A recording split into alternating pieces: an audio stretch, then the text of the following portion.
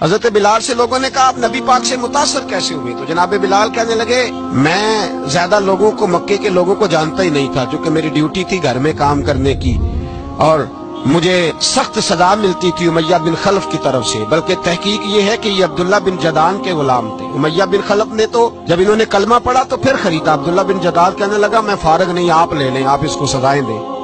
تو کہتے میں ان کے گھر میں ہوتا تھا، تو میں تو زیادہ لوگوں کو جانتا ہی نہیں تھا، کبھی مجھے موقع ہی نہیں ملا تھا باہر نکلنے کا، ہماری غلاموں کی کوئی زندگی نہیں ہوتی تھی۔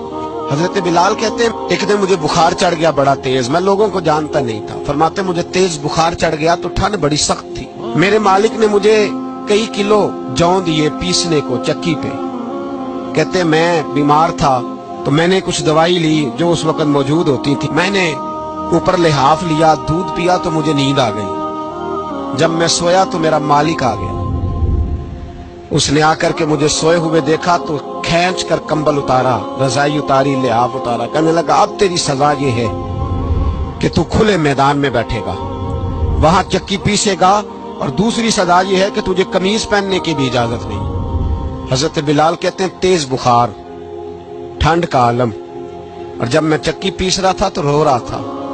سیدنا بلال حبشی رضی اللہ تعالیٰ عنہ فرماتے ہیں میرے دروازے کے قریب سے رسول پاک گزرے اور مجھے ہائے ہائے کرتے دیکھا تو دستک دی، میں نے کہا کون ہے؟ دروازہ کھلے آ جاؤ۔ محبوب اندر آئے تو پوچھنے لگے کیوں رو رہے ہو؟ میں نے کہا جاؤ اپنا کام کرو، یہاں دکھ سارے پوچھتے ہیں، مداوع کوئی نہیں کرتا، یہاں باتیں سارے سنتے ہیں، یہاں تقریریں سارے کرتے ہیں، حقوق غریباں پر بات سارے کرتے ہیں، مداوع کوئی نہیں کرتا، جاؤ اپنا کام کرو۔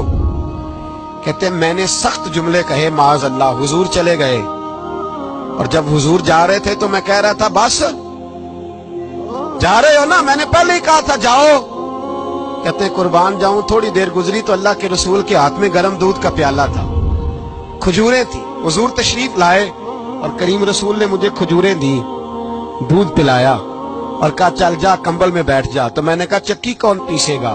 وہ تو بڑا مارے گا۔ کہتے ہیں لوگو اس نبی کا میلاد اور معراج بھول نہ جانا، اس رسول پاک کی محبتوں میں کمی نہ آنے دینا، اس محبوب کا نعرہ ساری دنیا میں لگا دینا۔ فرماتے ہیں میرے حبیب کے میں قربان جاؤں، مصطفیٰ کریم نے فرمایا تو بیٹھ رضائی میں اور آج تیرے حصے کی چکی میں پیسوں گا۔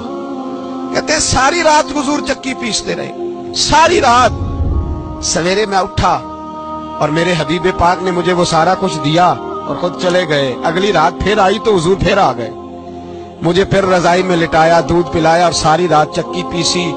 کہتے ہیں بس تیسرے دن حضور چکی پیس کے جانے لگے تو میں نے قدم تھام لیے، میں نے کہا حبیبہ دنیا ساری جھوٹ بولتی ہے، زمانہ سارا غلط کہتا ہے، جو غلاموں کے حصے کا کام کرے وہ اللہ کا سچ